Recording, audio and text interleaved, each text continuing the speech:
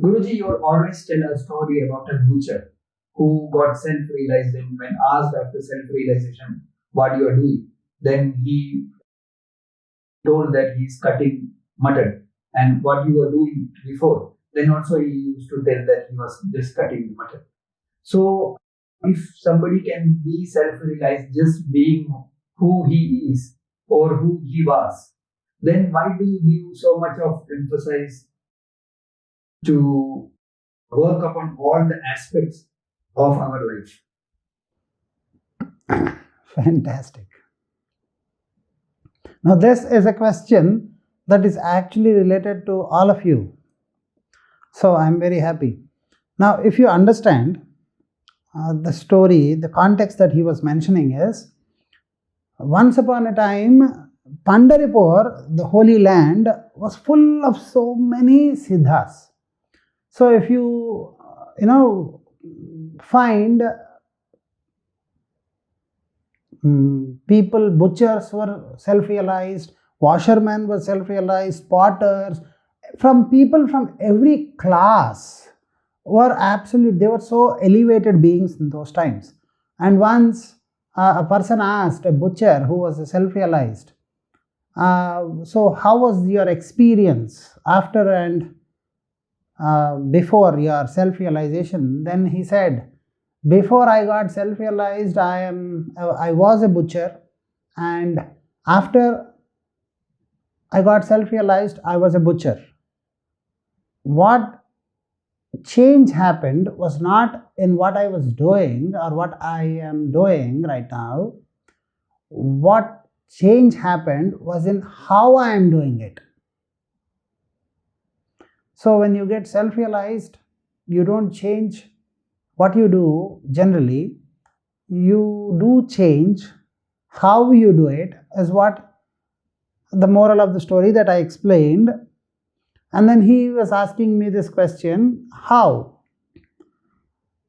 If people after self-realization, they don't change their profession or they don't change their way of life, then why do you emphasize on we growing in a 360 degrees fashion?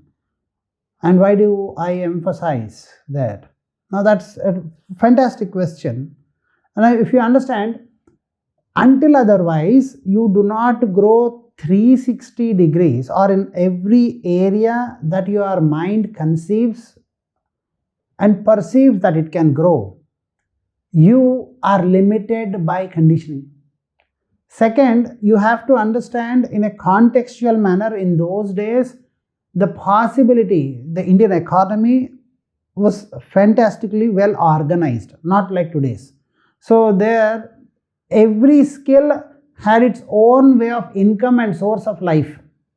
It was not the potters were more rich than the butchers, or butchers were more rich than the washerman, or there were times in the great kingdom of Lord Rama, it was always said that people were much more richer than the king, the Lord Rama himself. Now, if you understand, the context is totally different. So why do you emphasize on growing in a 360 degrees in a spiritual evolution path? That is what the question actually is. And if you understand, from the time Sanatana Dharma, the ancient Maharshis, the moment they got self-realized, if you see, all great kings had Raja Gurus, or the royal gurus. Now, why do you think? The truth is, the gurus were not interested in the kings. They have to emphasize this, and they did emphasize on a fundamental principle. The purpose of spiritual evolution, they explained it as ability to experience your own inner excellence, your excellence. See, for example, nobody trains us into eating food. The newborn, the moment he or she is born, will find the way for the milk. Yes or no? The way, nobody teaches us the way of life.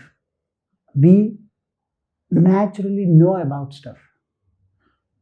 Why is it difficult for human beings to be happy all the time? Because we are designed by that excellence, and if that excellence is designing, man is made of God's image.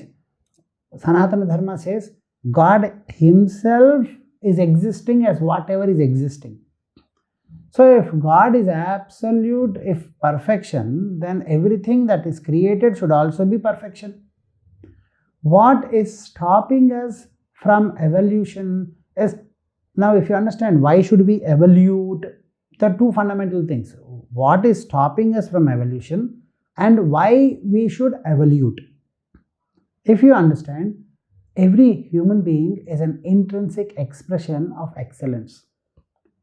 Until otherwise, that expression is pervading in all purviews of life,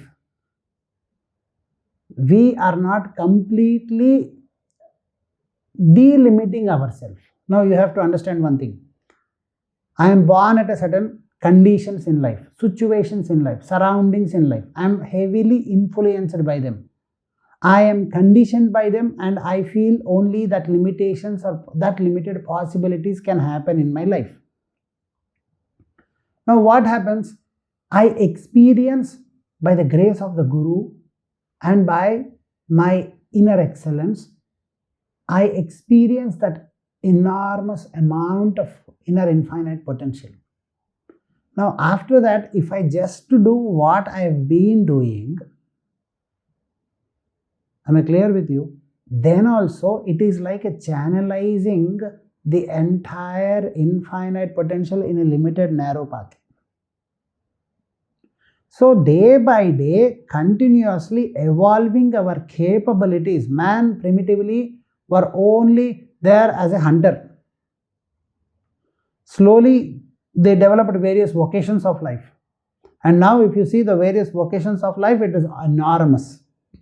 Now human being is not satisfied with the vocations of life. Now he is trying to manifest excellence in life. Now this is the evolution. This evolution could not have happened if man was not trying to do everything perfectly. Many things. So it is not about the Sanatana Dharma, it is not about you experiencing your inner infinite potential. It's not about you knowing, it's about you manifesting. It's not about you knowing. There are two stages of getting to absolute perfection or abundance in life. One, knowing that you are born to succeed because you are designed to succeed is one thing, and after that, manifesting that in your life.